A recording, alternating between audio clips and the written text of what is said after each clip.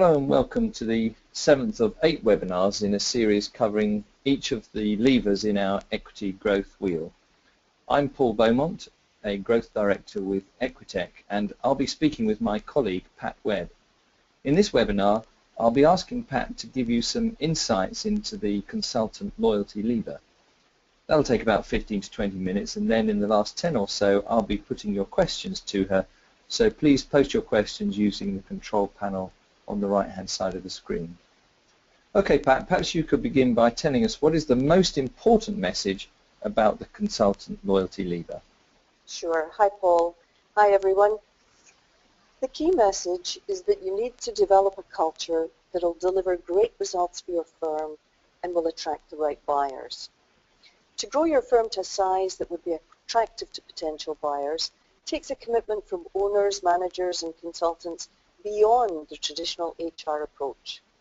Why? Well, today about 35% of the workforce are millennials, people who were born between 1982 and 2002. In the next 10 years, millennials are predicted to rise to a whopping 75% of the global workforce, and they're a group for whom the traditional HR approach doesn't work. So if you're thinking of an exit strategy in the next few years, you need a culture which will attract, motivate and develop top talent across different demographic groups, particularly millennials. And if you plan to sell your firm, you should know that poor cultural fit is a major deterrent for buyers. This is because high attrition rates represent a risk for buyers. Not only do they drive up cost, but if a potential buyer's culture isn't compatible with yours, the acquisition is likely to fail to deliver the synergies planned. So this is something you need to get right. Before we get into the detail, let me give a brief introduction to Equiteq. We are the leading M&A firm focused exclusively on the consulting sector. For owners with immediate plans to sell, we help them realize their equity value with a sale to a strategic trade buyer or to a financial investor. For owners between 1 and 5 years ahead of a desired transaction, we help them build sales and profit and equity value. We conduct our own research with buyers of consulting firms, and as part of that, we ask them what would be attractive about a potential acquisition and what would deter them. Pat, you mentioned a moment ago that poor cultural fit would be a deterrent. Can you say more about that from the research? Sure. The complete results are in our buyer's research report, which we'd encourage you to download from our website. It's free. When you come to sell your firm, it's natural to focus on the factors that most attract buyers and make your firm a good strategic financial investment. However, it's also important to understand the factors which deter, which you see here. Some of them can take years to address, so early identification is key. Now, our research has shown that a poor cultural fit is the factor most likely to deter buyers from making an acquisition. Prolific buyers in particular recognize the wide variety of integration challenges that most acquisitions present and that stand in the way of the expected benefits. Cultural fit is a critical factor in realizing the full synergy value of an acquisition, and it isn't simply a mechanical integration task. It always involves people from different firms working together towards a common culture. As culture matters so much, let's just spend a moment here getting clear about what it is. The working definition of culture is the way things are done around here, and it includes things like the shared values and beliefs, patterns of behavior, symbols and stories, processes and policies within your firm. Your competition can copy your business model, poach your best people, and rip off your marketing strategy, but they can't replicate your culture. According to Harvard Business School professor James Heskett, culture can account for up to half the difference in the operating profit between two organizations in the same business. But to have that impact, it has to be operationalized. That's to say, put into action. It can't just be what you declare and write about on your website. Putting your culture into action gives you a sustainable competitive advantage that you can control and it'll help you increase levels of consultant loyalty, and if you're interested in selling your firm, it'll impact both the attractiveness and the likelihood of closing a deal. So Paul, I've explained that an incompatible culture is the top factor which deters buyers, as there's a lot of risk around integration. What other risks would a potential buyer identify? Well, our equity growth wheel summarizes all of the areas of risk that a potential buyer investigates when looking at a consultancy. The model has 8 levers which need to be adjusted to maximize equity value. Despite the often cited people are our best asset, most firms score poorly on the consultant loyalty lever, which drags their equity value down. The consulting market for talent is fiercely competitive, so the firms which grow the fastest will be those who offer a culture which inspires loyalty, allowing the firm to attract, motivate, develop, and therefore retain top talent. So Pat, can you give us a specific look at the consultant loyalty lever? Your culture has to be aligned with your vision and then made a reality. Now there's 3 elements that we need to consider in doing this. Attract the best people for your firm by developing an appropriate culture. So, for example, let's say you're an engineering consultancy and you're focused on the nuclear industry, and your service offerings help your client ensure compliance with safety regulations. The culture you'd want to put into operation would value things like precision, attention to detail, and aversion of risk. Alternatively, if you're a media and advertising consultancy, the culture you're likely to put into operation will have different values, perhaps creativity, innovation, willingness to take risks. The second element is about motivating your people by giving them autonomy, mastery, and purpose. Now, we're going to say quite a lot about this, but just for now, we'd just like to make the point that traditional approaches to motivation are pretty much dead in a ditch. There's better ways of motivating consultants, especially those crucial millennials. The third element is about developing your people so that they deliver great work and they love being in your firm. If you succeed in fusing the needs of your firm with the needs of the individuals, then your people will grow and deliver more value to your clients. They'll also show much greater loyalty to your organization because the work has meaning and it stretches them, so that they simply love working with you. So let's take each of these elements in turn, starting with attracting the right staff. On the left side of this slide, you see the companies with the highest ratings on culture on Glassdoor. That's the jobs and recruiting site. It holds over 8 million company reviews by employees. According to Glassdoor, company culture is among the top 5 factors people consider when weighing a job offer. The companies that fared the best in this evaluation are those with a clear mission statement and who have a set of values that align with it. Now, every firm has a set of values, whether they're written down or not. Certain behaviors are condoned, others are condemned. You have to make sure that your values will help you deliver your mission. And of course, you need to put those values into operation. So, for example, our engineering consultancy might have a program which offers its consultants time and money to become accredited members of the Nuclear Association. Whereas the media consultancy, recognizing that creativity doesn't happen between 9 and 5, they might offer a highly flexible work environment. The firms shown are rated highly because their values and missions are aligned and then put into operation. Now, on the right side of the slide are some of the values common to millennials. Let's look at how the top 3 could be used to attract millennials in your firm. Entrepreneurial spirit. Well, while other generations may have been satisfied with being a small part of a whole, millennials want to understand the impact of their work. They want to share it with their friends. So show them why they're being asked to do their work and how important it is to the overall mission. Millennials value a small company with fewer employees.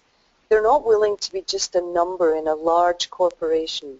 They don't want their contribution and opinions to get lost in the larger crowd.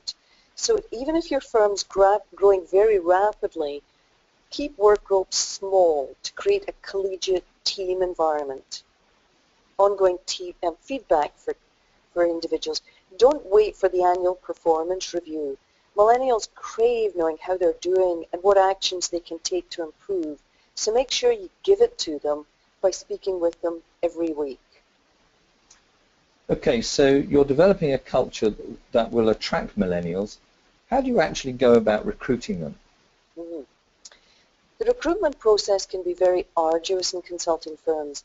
It costs time, money, and energy. And once you've recruited people, you have to integrate them successfully into the business. You know, the acid test is knowing what you know now about your staff. How many of them would you recruit again?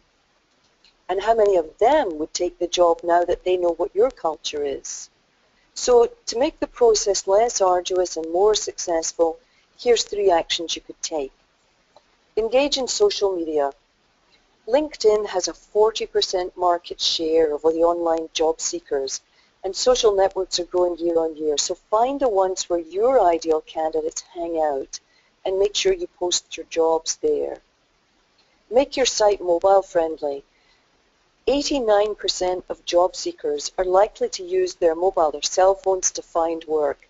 Millennials have just been raised with the internet, and their phones how they stay permanently connected with the world. Emphasize your firm's culture.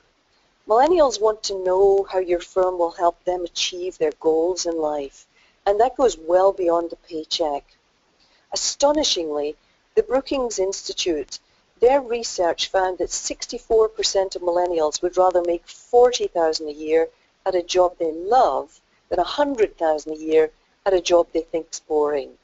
Now, that's not a reason to pay less, but it does mean you can expect higher attrition rates if your millennials feel that their job's boring. So, Pat, you said that firms need to attract, motivate and develop their staff to improve consultant loyalty. We've been talking about how to attract. What insights can you give us about how to motivate? When looking at motivation, and particularly how you motivate millennials, there's a lot of research coming to the same conclusions. There's just some examples of recent books here. Firms of Endearment from Wharton Business School, Conscious Capitalism from the Harvard Business Press. These are top business schools in the US, and they talk about how world-class companies profit from passion and purpose, that organizations who recognize that doing good is good business are becoming the ultimate value creators. These ideas are in sync with Daniel Pink's book, Drive, The Surprising Truth about what motivates us. So let's just highlight the common threads. The traditional motivation approach based on carrot and stick, it's dead in a ditch for consultants. And that's because that style is proven to motivate only as long as the task use basic mechanical skills. So if employees were given simple tasks, clear goals, and more money to do more work in less time, the organization might make incremental improvements. But that's not our world. That's not the consulting world, where clients' problems require complex diagnostics, the ability to make discerning choices about remedial actions, and the skills to successfully implement a solution. These are challenging cognitive tasks. They're not simple mechanical ones.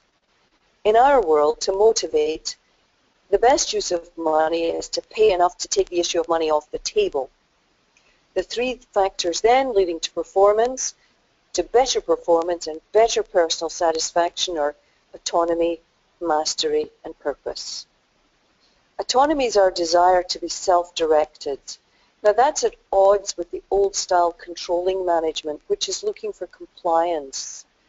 What we need to seek from our consultants isn't compliance, but engagement. Mastery simply means getting good at stuff, becoming an expert. Purpose, it might seem kind of grandiose, but it's really at the heart of what gets us out of bed in the morning. Here's what Daniel Pink says about purpose. We know that human beings are not merely better-smelling donkeys trudging after that day's carrots. And we know that the richest experiences of our lives are when we're doing something that matters, doing it well, and doing it in the service of a cause larger than ourselves. Perhaps the most surprising lesson from Daniel Pink and this new science of motivation is that greater freedom often results in greater responsibility. Given the chance, people will start to work harder and think smarter for its own sake. If consultants have a spirit of autonomy, mastery, and purpose, they have the freedom, the inner drive to develop truly creative solutions. Intrinsic motivation, where work is its own reward, is the best way that your organization can achieve its goals. Pat, these are really great points. Can you give us some ideas on how, in practice, you can give consultants autonomy, mastery, and purpose? Sure. For autonomy, you need flexibility on how and where the work gets done, which includes an amount of discretionary time. IDEO is an international design and consulting firm, and their general manager, he has a great phrase. He talks about some skeptics insist that innovation is expensive. In the long run, innovation's cheap. Mediocrity is expensive, and autonomy can be the antidote. Mastery. Consulting is a master-apprentice profession, so designate a master and give people the time and money to develop mastery. You can support mastery by programs which give time off and get external accreditations. And as for purpose, well, let me just tell you what gives me purpose and why I do the work I do at Equiteq. I feel I'm bettering the lives of our clients by working with them to improve their businesses and get a great price when they sell them. Owners we work with, they put their heart and soul into these businesses, and I want to help them improve them, just get a great price. Now, as leaders in your firm, you need to know what your purpose is so that you can inspire your colleagues and help them find creative purpose. So far, you've only mentioned money in passing, but it obviously does have a place. Can you talk a little more about reward and recognition? Yeah. The way you framed the question is very important, Paul. Reward and recognition are different, and we need both for motivation. I worked for a consulting firm in the UK where the managing partner had 2 cheap plastic toys which she'd hand out on a walk around the office every week. One was of a British bulldog, a symbol of tenacity, and she gave it to the consultant who demonstrated that behavior in a situation that she described. The other was a camel, to symbolize whoever had given her the hump or ticked her off that week. And it wasn't unusual that both awards went to the same person, to roars of approval from anyone who was in the office. They were cheap plastic toys, yet highly prized because they were tokens that a boss had recognized and appreciated certain behaviors from the consultants. Recognition is mostly experienced. A handwritten note, a personal thank you for relaying positive feedback from clients or colleagues, a day off in response to lots of late night working. Food, another very important part of recognition. Cake at the end of a project or a milestone in the company, or just because. There's also recognition for the firm itself. Externally given recognition provides strong indicators of the culture inside the firm. So recognition programs help build supportive work environments and the kind of culture which improves loyalty. So after this webinar, have a think about the recognition programs in your firm. Maybe ask some of your managers how effective they think they are, and then ask some of your consultants and compare the results. Now, as you said, Paul, money matters. So let's move on to discuss rewards. These are the, if you do X, then you'll get Y. For us in the consulting world, there's 3 elements to reward: base salary, bonuses, and equity. And here's some guidelines for each. On base salary, we've already said that these should be at a level which is sufficient, that it's no longer a motivational issue. In other words, round about the market norm. Bonuses. The proportion of on-target earnings which is dependent on bonuses should be highest at the senior levels in the business because that's where people have the most control. Bonus payments should contain an element of company and individual performance, especially at the senior levels. And 50-50, it works well enough. Now, on that point, bonus systems can easily become too complicated, so be careful how you design them. Speaking of equity, founders need to be careful not to give away the value of what they've already created. The graph in the bottom right-hand corner shows equity being shared as the overall company value increases, so that all shareholders each get part of a much larger pie. The blue line represents the value that these two founders have built. It's about 3 million. When the company is eventually sold, the first 3 million of value is shared by those two founders only. The next person who's invited to share equity shares in the value above 3 million along with the founders. Similarly, if the fourth person is invited to become a shareholder when the value is at 5 million, the red line on the graph, then all four people share in the equity above 5 million. People should only be invited to become shareholders once they've demonstrated that they're adding value to the company. However, exactly how you wish to share equity is really largely dependent on the culture of the business and on people's preferences.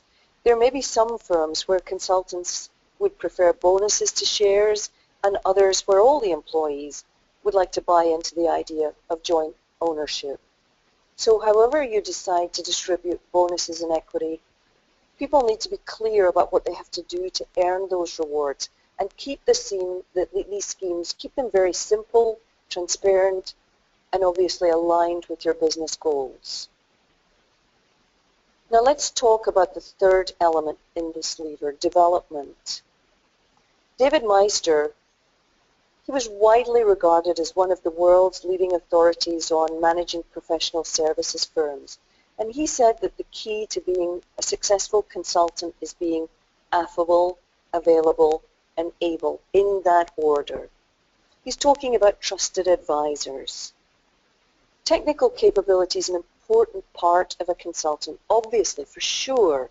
But if you want to be a trusted advisor, you have to be affable, an easy person to get along with, to put your feet up on a desk at night and talk about your issues in the firm. And you have to be available. That doesn't just mean answering emails, although it includes that, obviously. It means being emotionally available, really caring about your clients. As individuals develop their career paths, it's evident the ratios in which they have these qualities. People who are primarily affable and available are great in business development and practice management. People who are able but less strong in the other two aspects make fabulous domain experts. Consultancies need to provide career paths for both. And this is where the professional consultant's plan, the individual development plan, fits in, taking account of both the firm and the individual's needs to ensure the consultant's on the right path. And with all plans, you have to execute it, not just create it. Firms that do this create fantastic cultures that serve everybody's needs. Well, thank you, Pat. I'd like to ask you some questions now that we have received. The first one is this: how would a potential buyer of our firm evaluate our culture? Oh my, great question. There's lots of ways. We signal our culture in lots of ways to the outside world.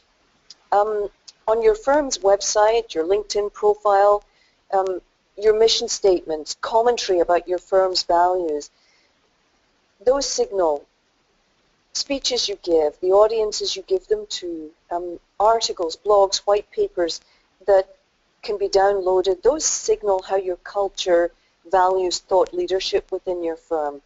Then I talked about things like job postings earlier, the language you use, the number of vacancies you've got, where you recruit, even how you describe the profile of your ideal candidate.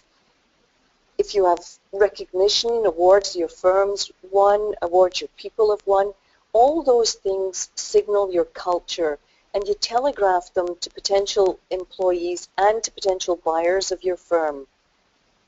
We showed about Glassdoor earlier, where current and past employees can post their views of the firm. They're all indicators of culture which a buyer would look at before even talking to you.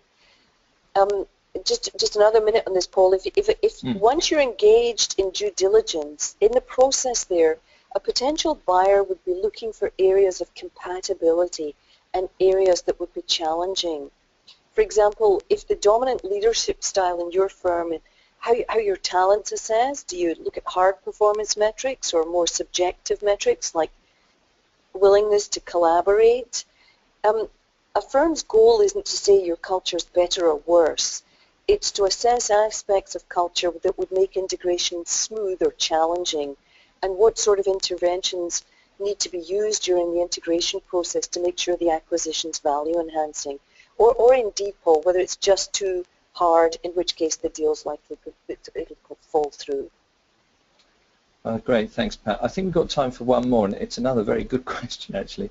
And it's this: would a potential buyer of our firm get rid of some of our people and replace them with their own? Yeah.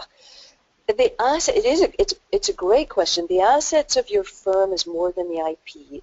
It's the client relationships, the competencies of your staff, the pipeline of future business. All those drive value, and a buyer wants to protect those. There's research that only about 50% of integrations deliver the value planned. Now, I know we're pushed for time here. Let me just tell you a quick story. I was part of the integration team at IBM when IBM bought PwC's management consulting division, and the integration was planned right down to the smallest details, and this is typical for big buyers. There's the onboarding process, making sure that the acquired firm, they've got laptops, phones, badge readers, seating areas to make sure everybody's kept together. If there's different levels of secretarial or support staff, that's all protected. Different levels of benefits like pensions, car packages, all those things are usually kept intact. A buyer wants your firm to be a strategic acquisition to extend the value of their firm. They can't do that if they get rid of the staff in the acquisition. So they don't regard staff as simply plug and play, no. Great, thank you, Pat. Now our time is almost up. So let me squeeze in a last thought for anyone who's interested in some homework here. We've grouped these in all of our webinars into start, stop, and continue strategies. Start thinking of your culture as something precious. It really is something that you can create and develop. Stop this traditional approach to management performance and continue to think of your culture and create a culture that offers autonomy, meaning, and purpose. Well, thank you, Pat, and we appreciate everybody for spending time tuning in, and we'd like to close with an invitation to spend some more time with us. Just drop us a line. We'd love to spend half an hour listening to your specific situation and perhaps offering some practical insights. Next week we'll be talking about the 8th and final lever, which is about management quality. This will be delivered by our CEO, Paul Collins. Now, in addition to growing and selling his own firm, Paul has led more than 30 transactions since he founded Equiteq. So why not tune in to get his unique insights into the management quality lever. You can register on our website, where you'll find a wealth of information to help you on your journey to value creation. Meanwhile, thanks again for joining us, and goodbye.